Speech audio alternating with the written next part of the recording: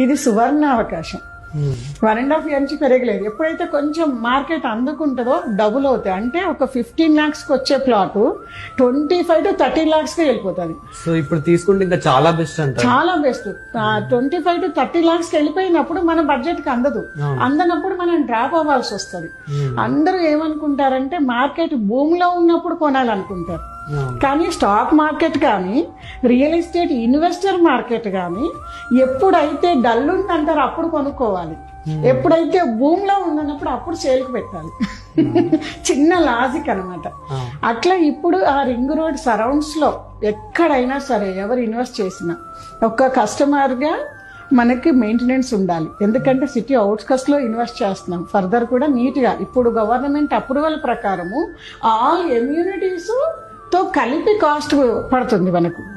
కాబట్టి ఆ ఇమ్యూనిటీస్ ని మెయింటైన్ చేయగలిగి ఉండాలి.